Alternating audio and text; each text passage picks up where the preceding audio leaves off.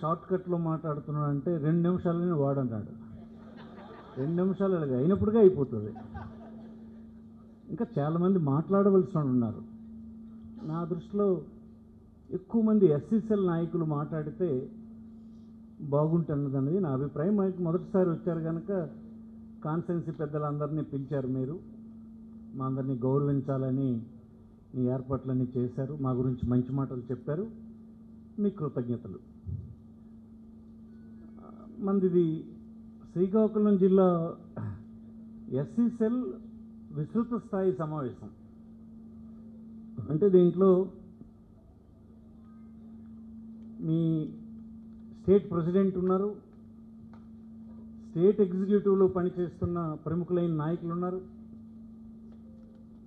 వివిధ జిల్లాలకు నాయకత్వం వహిస్తున్నటువంటి అధ్యక్షులు వచ్చారు, కొంతమంది మన దగ్గర కాన్స్టిట్యున్సీలకి నాయకత్వం వహిస్తున్న నాయకులు వచ్చారు, మండలానికి గ్రామానికి ఆ లెవెల్ నుంచి వచ్చారు.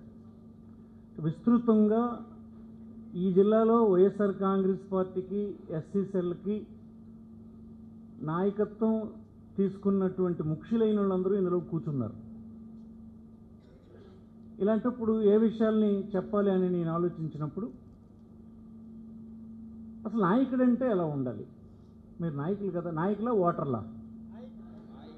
చెప్పరేమయ్యా, నాయకులా ఓటర్లా? నాయకులైతే నాయకుల్లాగా మనం ప్రవర్తించాలి. నాయకుడికి ఒక ప్రత్యేకమైనటువంటి ఒక పద్ధతి ఉంటుంది, ఒక బాధ్యత ఉంటుంది, ఒక నడవడిక ఉంటుంది. ఓటర్ అయితే అవసరం లేదు. సామాన్యమైన ఓటర్ అయితే ఇవన్నీ ఎందుకు?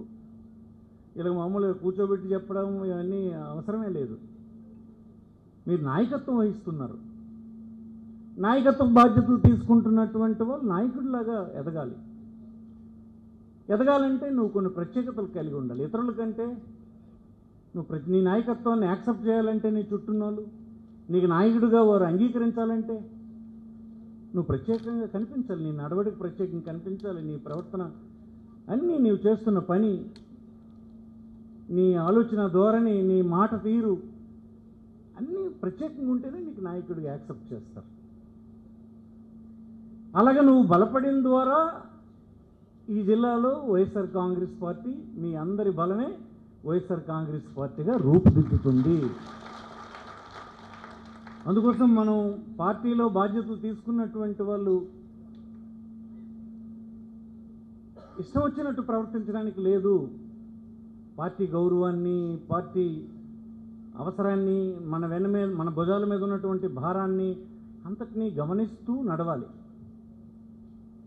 అలా నడుస్తారని మిమ్మల్ని అందరినీ కోరుతూ ఉన్నాను. ముందుగా మీ అందరికీ అభినందనలు కూడా. సుధాకర్ బాబు, జగన్మోహన్ రెడ్డి గారు జిల్లాలో డిస్ట్రిక్ట్ ప్రెసిడెంట్, మీ ఎస్సీసీఎల్ డిస్ట్రిక్ట్ ప్రెసిడెంట్ కృష్ణదాస్ గారు అందరూ కలిసి మీ అందరికీ అవకాశం ఇచ్చారు. ఈ అవకాశం అందరికీ రాదు. ఇదేనా ఎస్సీస్? మనకి ఇక్కడ ఎంతమంది ఉన్నారా మన జిల్లాలో? కాదు కదా, 9% ఉన్నారు మన జిల్లాలో. 9% ఎస్సీస్ ఉంటే కేవలం మీ 500 మందికి అవకాశం వచ్చింది. అంటే మీరు వచ్చిన ఈ అవకాశాన్ని మీరు వినియోగించుకోవాలి. మిగతా వాళ్ళందరికీ అవకాశం రాలేదు కదా. ఈ అవకాశం కూడా ఎప్పుడు మనం వినియోగించుకోవాలి? అపోజిషన్లో ఉన్నప్పుడే వినియోగించాలి. అధికారంలో ఉన్నప్పుడు మనం కొన్ని సందర్భాల్లో తల ఉంచుకొని వెళ్ళవలసి వస్తుంది. కానీ అపోజిషన్లో ఉన్నప్పుడే మనం తలెత్తుకొని ప్రశ్నించి ఈ ప్రభుత్వానికి బాధితులైనటువంటి వాళ్ళు వెంబడి నిలబడి వారి అవసరాలను తీర్చి గౌరవాన్ని పొందేటట్టుగా మనం పనిచేయాల్సినటువంటి అవసరం ఉందని మీకు మనవి చేస్తుంది. అందరూ కూటమి ప్రభుత్వం అంటారు. కూటమి ప్రభుత్వం అనేది ఏం లేదు. తెలుగుదేశం ప్రభుత్వం ఈ రాష్ట్రంలో పరిపాలన చేస్తుంది. ఊరికనే మనలందరికీ అలవాటు అయిపోయింది కూటమి మాట్లాడేది. కూటమని కూటమి అంటే ఇది ఎక్కడో ఉందని చాలామంది జనం అనుకుంటున్నారు. కూటమి అనేది ఏటి లేదు. బీజేపీ రోలు జీరోనే ఇక్కడ ఈ స్టేట్లో. దినదినం జరుగుతున్నటువంటి పరిపాలనా వ్యవహారాల్లో బీజేపీ రోలు కూడా ఏం లేదు. అలాగే జనసేన రోలు కూడా ఏం లేదు. అందుకోసం మనకు టీడీపీతో మనకు శత్రువు టీడీపీతోనే మన యుద్ధం. మీరు కూడా కూటమి అనకండి. పోనీ ఎవరో రాసుకుని వాళ్ళు టీడీపీ వాళ్ళు మాత్రం ఎప్పుడు కూటమని రాస్తారు. అంటే వాళ్ళొక్కడి మీద ఈ పాపమంతా పడిపోకుండా ఉండడానికి కూటమి అంటే అందరూ సర్దుకుంటుంది అనుకుంటున్నారు. కూటమి గీయట్లేదు, ఇది టీడీపీ పాలన. ఈ పాలనలో ఉండేటువంటి లోపాలన్నీ మనం ఎత్తి చూపాలి, టీడీపీకే అది అంటగట్టాలి. మనకు రేపు శత్రువు కూడా టీడీపీనే. అందుకోసం ఇది మీరు దృష్టిలో పెట్టుకోండి. సుధాకర్ మాతో కలిసి శాసనసభ్యులుగా కూడా పనిచేశాడు. మంచి ఉత్సాహవంతుడు. శాసనసభలో అతని పెర్ఫార్మెన్స్ చాలా బాగుండేది. జగన్మోహన్ రెడ్డి గారు మంచి వ్యక్తినే ఎస్ఎస్ఎల్కి అధ్యక్షుడిగా పెట్టాడు. సుధాకర్కి మంచి భవిష్యత్తు ఈ రాజకీయ పార్టీలో, మన పార్టీలో ఉంటుందని నేను నమ్ముతున్నాను, ఉండాలని కోరుకుంటున్నాను. అలాగే ఈ టీంలో పనిచేస్తున్న మీ అందరికి కూడా మంచి గుర్తింపు వస్తుంది. ఈ టీంలో ఈ పీరియడ్ మీరు చేస్తే మీ అందరూ రికగ్నైజ్ చేయబడతారు, సమాజంలో రికగ్నైజ్ చేయబడతారు, పార్టీలు కూడా రికగ్నైజ్ చేయబడతారు. ఎందుకంటే చాలా హెరాస్మెంట్ జరుగుతుంది ఇప్పుడు. మీకు పౌరులందరికీ, సమాజానికి ఒక హెరాస్మెంట్ జరుగుతుంది. ఈ హెరాస్మెంట్లో నిలబడి మిగతా ఆప్తులను ఆదుకొని వాళ్ళని నిలబెట్టి ధైర్యం చెప్పి ముందుకు నడిపిస్తే మీ అందరికీ గుర్తింపు వస్తుందని, గట్టిగా పనిచేయాలని మిమ్మల్ని అందరినీ కోరుతూ ఉన్నాను. ఒక రాజకీయ పార్టీని ఎంచుకునేటప్పుడు ఎందుకు వైఎస్ఆర్ పార్టీని ఎంచుకున్నామని అంటే మీరేం ఆలోచిస్తారు? మరి ఎందుకు టీడీపీకి వెళ్ళిపోలేదు, కాకపోతే ఎందుకు జనసేనకి వెళ్ళిపోలేదు, ఎందుకు ఇంకో పార్టీకి బీజేపీకి వెళ్ళిపోలేదు,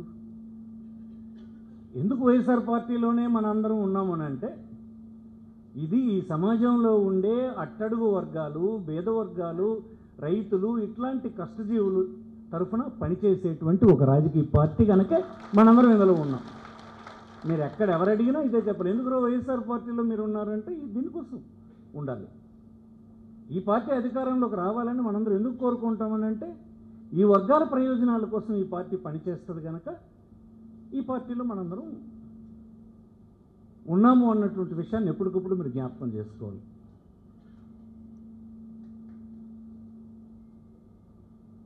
ముఖ్యంగా రాజకీయ పార్టీలకి ఎక్కువసేపు మాట్లాడడానికి ఇందులో సమయం లేదు, కానీ రాజకీయ పార్టీలు ఈ దేశంలో ఏవైనా రాజ్యాంగం మీద ఆధారపడి రాజ్యాంగ పరిధిలోనే పనిచేయాలి.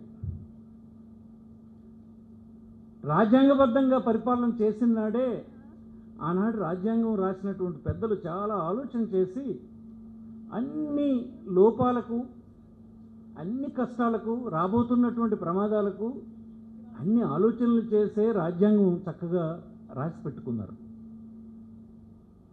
అందుకే ఈ రాజ్యాంగం ఇన్ని కోట్ల మంది జనాభా మధ్యన ఇన్ని సంవత్సరాలు నిలబడింది. 75, 77 సంవత్సరాలు నిలబడింది. 78 సంవత్సరాలు నిలబడింది. ఇదే ప్రపంచంలో కొన్ని దేశాలు వాళ్ళు రాసుకున్న రాజ్యాంగాలు ఇన్ని సంవత్సరాలు నిలబడలే. 20 సంవత్సరాలకు మారిపోయింది, 15 సంవత్సరాలకు మారిపోయింది, కొన్ని రాసుకుని మరు సంవత్సరమే మారిపోయినాయి. ఈ 70 సంవత్సరాలు 4 సార్లు మార్చుకున్న దేశాలు ఉన్నాయి. కానీ ఒక్క భారతదేశపు రాజ్యాంగం మాత్రం ఈ 78 సంవత్సరాలైనా నిలబడింది. అందుకే మనం ఇలాంటి సందర్భాల్లో అంబేద్కర్ని ఒకసారి జ్ఞాపకం చేసుకుని నివాళులు అర్పించవలసిన అవసరం ఉంది. చాలా సంతోషం, ప్రారంభంలోనే అంబేద్కర్కి మీ అందరూ జేజేలు పలికారు. ఆ జ్ఞాపకం ఎప్పటికీ ఉండాలి. గొప్ప రాజ్యాంగం, గొప్ప వ్యక్తి. ఇది ఒక ఎస్సీస్ కోసమే కాదు, అందరి ప్రయోజనాల కోసం ఈ రాజ్యాంగంలో ఉంది. చాలామంది అనుకుంటారు అంబేద్కర్ అంటే ఇది ఎస్సీస్ కోసమే కాదు. రాజ్యాంగం పూర్తిగా స్టడీ చేసినట్టు తెలుస్తుంది. ఈనాడు రాజ్యాంగబద్ధంగా పాలన సాగడం లేదు. అప్పలరాజు గారు చెప్పారు, సీతారాం గారు చెప్పారు, దాసనే చెప్పారు, ఇంకా పెద్దలు మాట్లాడినప్పుడు చెప్పారు, కనకారావు గారు చెప్పారు, రాజ్యాంగబద్ధమైన పాలన ఇప్పుడు సాగడం లేదు. రాజ్యాంగంలో ఏముంది? అన్ని ప్రాంతాలకు సరిసమానంగా సంపదని పంచిపెట్టే పని జరగాలని ఉంది. ఆ పని జరుగుతుందా? ఇప్పుడు జరగడం లేదు. 1,00,000 కోట్లు రాజధానికి పెట్టేస్తే మరి మనమేమవ్వాలి? 5 సంవత్సరాలు, ఒక 5 సంవత్సరాల కాలం ఒక ప్రభుత్వానికి అధికారం ఇస్తే మొత్తం డబ్బంతా వాడు ఒక దగ్గర పెడితే మళ్ళీ వచ్చిన ప్రభుత్వం ఈ అప్పు చేసినటువంటి 1,00,000 కోట్లు తీర్చడానికి మరో 5 సంవత్సరాలు ఆలు చేస్తే ఎన్ని సంవత్సరాలు ఆగాలి? రాజ్యాంగం ఇలా చెప్పలేదు మనకి. సంపదని అందరికీ సరిసమానంగా అన్ని ప్రాంతాలకి వెళ్ళేటట్టుగా ఖర్చు పెట్టమన్నారు. అందుకోసం పూర్తిగా ఇవన్నీ రాజ్యాంగ విరుద్ధమైన పాలన ఇప్పుడు జరుగుతుంది. కానీ దాన్ని రోజు మసిపూసి మారేడుగా చేసి అందరికీ నచ్చ పని చేస్తున్నారు. మీరు ఇలాంటి విషయాలను కనిపెట్టి అందరికీ చెప్పాల్సిన అవసరం ఉంది. ఒక లీడర్గా ఏం చేయాలి? మన చుట్టూ ఉన్న వాళ్ళని ప్రభావితం చేసే పని చేయాలి. నీ పార్టీకి నీ నుంచి వచ్చిన కంట్రిబ్యూషన్ ఏంటి? నేను నీకు పార్టీ అంటూ ఏమి ఇవ్వదు. పార్టీ ఇచ్చింది ఇదే, నీకు పదవి ఇస్తుంది. నువ్వు ఇగో మండల లెవెల్ సెక్రటరీవు అంటే నీకు గుర్తింపు ఇచ్చింది. గుర్తింపు దాన్ని నువ్వు మండలం నుంచి జిల్లాకి, జిల్లా నుంచి స్టేట్కి వచ్చేటట్టుగా నీలో ఉండేటువంటి శక్తిని, ప్రతిభని చూపించి నువ్వు రావాలి తప్ప నువ్వు సెక్రటరీ అయిపోయినావు కనుక అందరూ నీకు దాంట్లో వేయాలి అని అంటే హీరో. నువ్వు చేస్తున్న పనిని బట్టి పలానా వాడైతే పనికి వస్తాడంట. ఆ పనులు ఏంటి? ఇప్పుడే చెప్పారు, ఎవరో చెప్పారు నాకన్నా ముందు మాట్లాడింది. సోషల్ మీడియా ఒకటి చాలా ఇంపార్టెంట్ అయింది. ఇప్పుడు మన తాలూకు ఆలోచనల్ని, మన కార్యక్రమాలని బయటకు తెలియనివ్వకుండా ఉంచే పని చేస్తున్నారు. చాలా విషయాలు ప్రజలకు తెలియకుండా ఉంచాలని ప్రయత్నం చేస్తుంది. దంచిపెట్టి వర్షం కొట్టేసి అమరావతి మొత్తం మునిగిపోతే అట్లాంటి పడవలు తిరుగుతుంటే అది బొమ్మ చూపించొద్దని చెప్పి కొంతమంది అడ్డుపడుతుంది. ఎంత మన రాజధానిలోన చెరువులాగా అయిపోతే ఆ చెరువు కనిపించకుండా ఉండడానికి కోసం కాపలా కాస్తుంటారు. అంటే ఏం చేయాలనుకుంటుంది? జనానికి ఏమీ తెలియనివ్వకుండా ఉంచాలనుకుంటుండ్రా? ఇలాంటి సమయంలో లీడర్గా మనకు ఉన్నటువంటి ఇదేంటి? ఆయుధం ఏంటి? ఫోను. ప్రతి ఒక్కరి దగ్గర ఫోన్ ఉంది. నువ్వు 10 మందికి చెప్పు. ఎస్సీ సెల్లో ఉన్నాడు 10 మంది చెప్తే, బీసీ సెల్లో ఉన్నాడు 10 మంది చెప్తాడు, ఇంకొక వర్గంలో ఉన్నాడు 10. మనందరికీ కలిపి చేస్తే అందరికీ చేరవేద్దాం. దాచిపెట్టే విషయాలన్నీ ప్రజలకు తెలియజేసే పని చేద్దాం. ప్రజలు నిర్ణయం చేస్తారు ఫైనల్గా. నువ్వు దానికోసం తప్పుడు ప్రచారం చేయక్కలేదు, దొంగ ప్రచారం ఉన్నట్టుగా. అమరావతిలో పడవలు ఈత్తున్న బొమ్మ చూపించు. ఈ చేపలు పట్టుకునేదా రాజధాని అనే విషయం జనంకి తెలియని, అది యాక్సెప్ట్ చేస్తారు లేదు చూద్దాం. అలాగే ప్రతి అంశాన్ని అలా మీరు చూపించండి. కొట్టుకుంటున్న రైతుల్ని చూపించండి. రైతులు కొట్టుకునే పరిస్థితి గడిచిన 5 సంవత్సరాల కాలంలో ఎప్పుడైనా మనం చూసామా? ఎప్పుడైనా ఒక దగ్గర గుమిగూడిన పరిస్థితి చూసామా? అలాగే ప్రతి అంశంలో చూడండి. ఇప్పుడు ఎడ్యుకేషన్కి సంబంధించి రాజ్యాంగబద్ధంగా జరగడం లేదంటే, ఎడ్యుకేషన్ ఇన్స్టిట్యూషన్స్ అన్ని పాడెట్టేశారంటే మనకేంటి? ఇప్పుడు ఒక బీద కుటుంబం కానీ బాగుపడాలంటే మామూలుగా ఇచ్చిన ఈ సహాయాలతో బాగుపడదండి. మనకు అర్థమైంది ఏంటంటే, రాజశేఖర రెడ్డి గారి సూత్రం కూడా ఏంటంటే, చదువు ఒక్కటే ఆ కుటుంబాన్ని వెలుగులోకి తేగలదు. చదువు ఒక్కటే ఆ కుటుంబాన్ని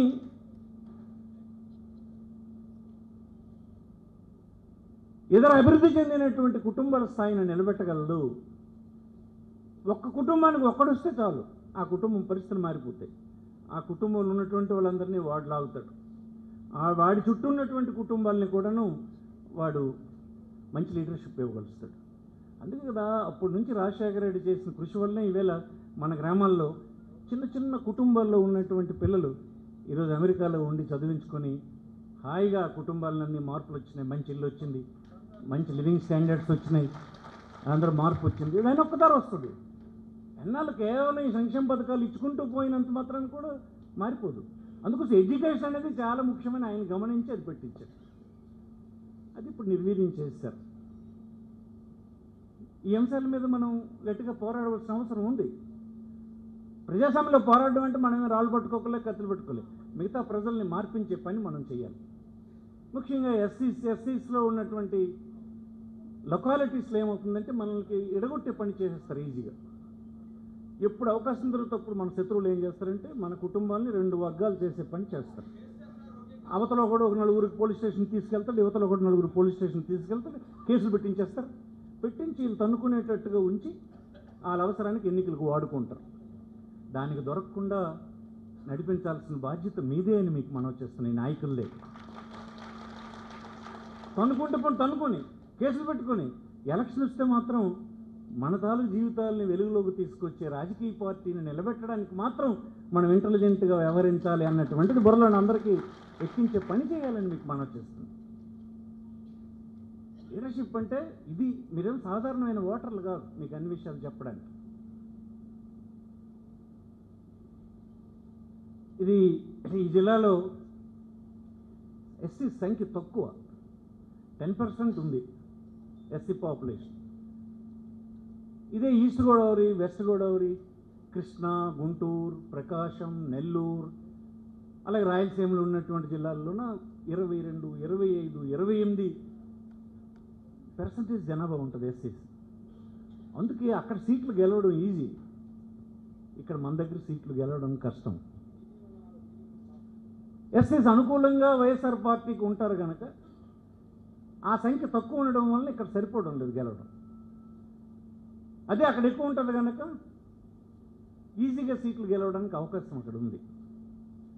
మన 8 సీట్లలో కూడా ఒక సీట్ కూడా ఎస్సీస్కి రిజర్వేషన్ ఇక్కడ లేదు. ఈసారి గవర్నమెంట్ వచ్చినప్పుడు నేను వేదిక మీద ఉన్న పెద్దలతో సహా నేను కూడా ఈసారి జగన్మోహన్ రెడ్డికి చెప్తాను, ఇక్కడ ఎవరు ఎస్సీస్కి రిప్రజెంటేషన్ ఎమ్మెల్యేగా రిజర్వేషన్ కోటాలో రావడం లేదు కనుక వారికి ఒక జిల్లా స్థాయి పోస్ట్ ఎమ్మెల్సీ కానీ కాకపోతే జిల్లా పరిషత్ కానీ సెంట్రల్ బ్యాంక్ కానీ ఒక పోస్ట్ ఎస్సీకి ఇవ్వాలి. అందరూ సరిసమానంగా ఆ రాజకీయ అధికారాన్ని పంచుకొని సోదరభావంతో ముందుకు తీసుకెళ్లవలసినటువంటి అవసరం ఉంది. మనకు ప్రత్యేకంగా ఈ భావజాలాన్ని మనకు నేర్పారు, రాజశేఖర రెడ్డి నేర్పాడు, తర్వాత ఆయన కుమారుడు జగన్మోహన్ రెడ్డి కూడా నేర్పాడు. ఎన్నో ఎస్సీస్ అందరినీ మనం మిగతా ప్రాంతాల్లో ఉన్న ఎస్సీస్ని కూడా మన హక్కును చేర్చుకొని మన వారి కష్టసుఖాల్లో మనం పాలు పంచుకొని అందరినీ ఒకవైపు నడిపించే పని చేయాలని మిమ్మల్ని అందరినీ కోరుతూ, సుధాకర్ 10 జిల్లాలు తిరిగాడు ఇప్పటికీ. అంటే మనం మొత్తం ఇప్పుడు 26 జిల్లాలు అయితే 10 జిల్లాలు ఇప్పటికే తిరిగేశాడు. మన దగ్గర అనేకమైన విభాగాలు ఉన్నాయి పార్టీలో, ఎస్సీ సెల్ అని, రైతు విభాగం అని, విద్యార్థి విభాగం అని, మహిళా విభాగం అని, యువజన విభాగం అని, రకరకాల కార్మిక విభాగం అని ఉన్నాయి. వాళ్ళెవరూ ఇంక జిల్లాలు తిరగడం ప్రారంభించలే. కానీ ఎస్సీ విభాగం మాత్రం 10 జిల్లాలు ఇప్పటికే తిరిగారు అని అంటే చాలా యాక్టివ్గా ఈ విభాగం పనిచేస్తుందని ఎవరైనా చెప్పొచ్చు. మిగతా జిల్లాలు కూడా తిరగండి.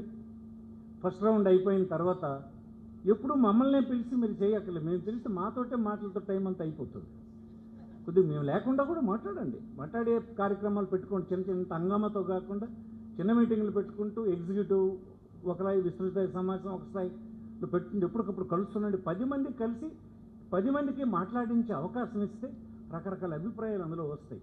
మాట్లాడినటువంటి వాళ్ళందరూ నా సలహాలు పార్టీకి అందించానన్నటువంటి సాటిస్ఫాక్షన్తో పార్టీకి అంటిపెట్టుకుని ఉంటాడు. ఎక్కడ డిస్ట్రిక్ట్ ప్రెసిడెంట్కి కానీ మండల ప్రెసిడెంట్ కానీ చెప్తే ఎక్కడైనా మీరు మీటింగ్ పెడితే మీరు మాట్లాడి వెళ్ళిపోవడం కాదు, మాట్లాడించండి, ఎక్కువ మందిని మాట్లాడించండి. ఎంత ఎక్కువ మంది మాట్లాడితే అంత పటిష్టం అయిపోద్ది విభాగం. మాట్లాడిన ప్రతి ఒక్కడు నాది పార్టీ అన్నటువంటి భావన వాడికి మాట్లాడించకుండా ఉన్నప్పుడు కలగదు, మాట్లాడిస్తే కలుగుతుంది. ఎక్కువ మందిని మాట్లాడించండి, మాట్లాడి అభిప్రాయాలు చెప్పండి, వినండి, నడిపించండి. మీకు మీ వలన వైఎస్ఆర్ పార్టీకి మంచి భవిష్యత్తు ఉంటుందని నేను నమ్ముతూ, సుధాకర్ నాయకత్వంలో ఈ విభాగం మంచి కంట్రిబ్యూషన్ వైఎస్ఆర్ పార్టీకి అందించగలదని నేను నమ్ముతూ మీ అందరికీ పేరు పేరున హృదయపూర్వక అభినందనలు తెలియజేస్తూ సెలవు తీసుకుంటాను. నమస్కారం. తెలుగులో ఫాస్టెస్ట్ న్యూస్ ఇప్పుడు కొత్త అవతారంలో 5 సెకండ్లోనే పూర్తి వార్తా సమాచారం మీ చేతిలో. సోషల్ మీడియా ట్రెండ్స్ మీ కళ్ళ ముందుకే live TV and voice search ఆప్షన్స్తో ఇప్పుడే డౌన్లోడ్ చేయండి. యాప్ లింక్ డిస్క్రిప్షన్లో ఉంది.